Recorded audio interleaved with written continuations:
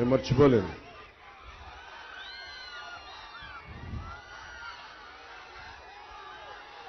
మీకు ఎంతమందికి ఎక్కువ మంది తెలియకపోవచ్చు, నాకు మా నాన్న ప్రభుత్వ ఉద్యోగం అవడం వల్ల అటు పల్నాడులోనూ, గోదావరి జిల్లాలో, నెల్లూరు, ఒంగోలు, ప్రకాశం అన్ని జిల్లాల్లో మా నాన్న పనిచేశాడు. సో మాకు ఒక ఊరు లేదు, మాకు తెలుసో తెలియకుండానో అన్ని ఊర్లు పరిచయం ఉంది. తిరిగాను ఇక్కడ. చిన్నప్పుడు మా నాన్న చీరాలో ఉన్నప్పుడు మా కులదైవం, మా ఇంటి దైవమైన ఆంజనేయ స్వామికి మన పొన్నూరు గుడికి వచ్చి దండం పెట్టుకునేవాళ్ళం. మాట్లాడితే జగన్ నన్ను కూర్చొని నాన్ లోకల్ అంటూ ఉంటాడు. మొట్టమొదటిగా నాకు పదం నచ్చదు. ఎవరెక్కడ పుట్టాలో ఎవడికెరుక. కానీ జగన్కి ఈ సందర్భంగా తెలియజేస్తున్నా, నేను పుట్టింది బాపట్లలో, గుంటూరు జిల్లా. సో నాతో గొడవ పెట్టుకుంటే ఎలా ఉంటుందంటే, గుంటూరు కారం రాస్తే ఎలా ఉంటుందో అంత గట్టిగా ఉంటుంది. చాలా ఘాటు గుంటూరు కారం. జాగ్రత్త జగన్, ఒళ్ళు దగ్గర పెట్టుకుని మాట్లాడు. అలాగే పొద్దున్నే నేను ఇక్కడ వస్తున్నానని తెలిసి ఈ రోజున మొన్న రాత్రి హెలిప్యాడ్ తవ్వేశారు. హెలిప్యాడ్ తవ్వేస్తే దాని అర్థం తెలుసా? వైసీపీ నాయకులకి అది ఉగ్రవాద చర్య. అది ఒక హెలికాప్టర్ ల్యాండ్ అవుతుందంటే మీరు ఇంటెన్షనల్ గా చేశారంటే మీ మీద ఉగ్రవాద చర్య. అది మీ మీద ఉగ్రవాద కేసులు పెడతాం, జాగ్రత్త. లా అండ్ ఆర్డర్ చాలా బలమైంది. మీలాగా బలహీనంగా ఉండే లా అండ్ ఆర్డర్ కాదు. మా కుటుంబ ప్రభుత్వం రాగానే ఒక్కొక్కడికి మక్కిలు ఎరగొట్టి కింద కూర్చోబెడతాం. పిచ్చ వేషాలు వేశారంటే ఒక్కొక్కడికి. మన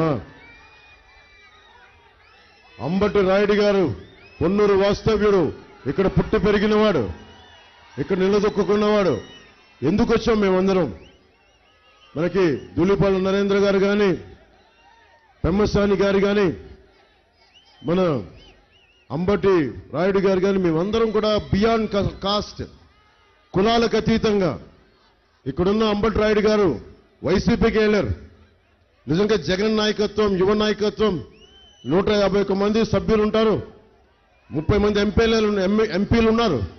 అద్భుతంగా ఉంటుంది. యువతకి బోల్డంత అవకాశాలు దొరుకుతాయంటే వెళ్ళి చూస్తే ఆయన ఒకటే చేశారు, నువ్వు మాకు బానిసలా బతకాలి, మా మోచేతి అంబలు తాగాలి అంటే, నా ఇంటి పేరు అంబటి, నేను అంబలు తాగను, బానిస బతుకును.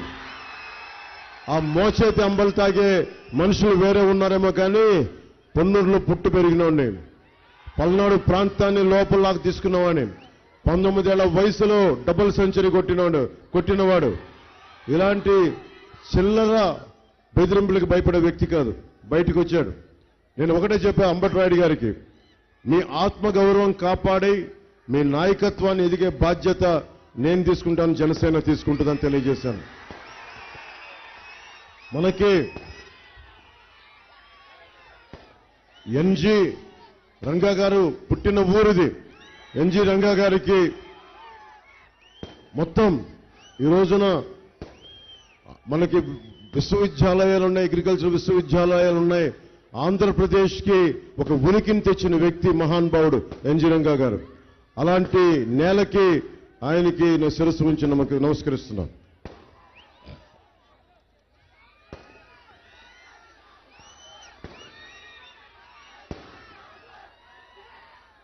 నేను ఇక్కడ 2021 మార్చి 14న సరిగ్గా ఇప్పటం గ్రామంలో ఒకటి చెప్పాను. ఇక్కడి నుంచి సరిగ్గా ఇప్పటం 50 కిలోమీటర్ల దూరం. మనకి వైసీపీ వ్యతిరేక ఓటుని చీలనివ్వనని చెప్పాను. ఎందుకు చీలనివ్వను అన్నానంటే, ఒకటి, నాకు తెలుగుదేశానికి గుడ్డిగా మద్దతు చెప్పడానికి కాదు, ముఖ్యంగా జనసేన మద్దతుదారులకి అందరికీ తెలియజేస్తున్నా, తెలుగుదేశం పార్టీకి గుడ్డిగా మద్దతు తెలియజేయడానికి కాదు. మన ఓట్లు చీలకుండా ఉంటే మన 5 కోట్ల మంది ప్రజల భవిష్యత్తు చాలా బాగుంటుంది.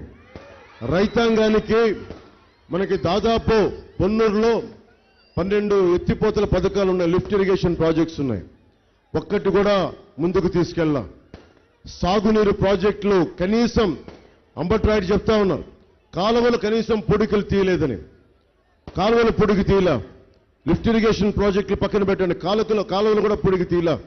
అలాగే మనకి తాగునీరు కనీసం తాగడానికి కుళాయికి జల్ జీవన్ మిషన్ ఉంది, దాన్ని ముందుకు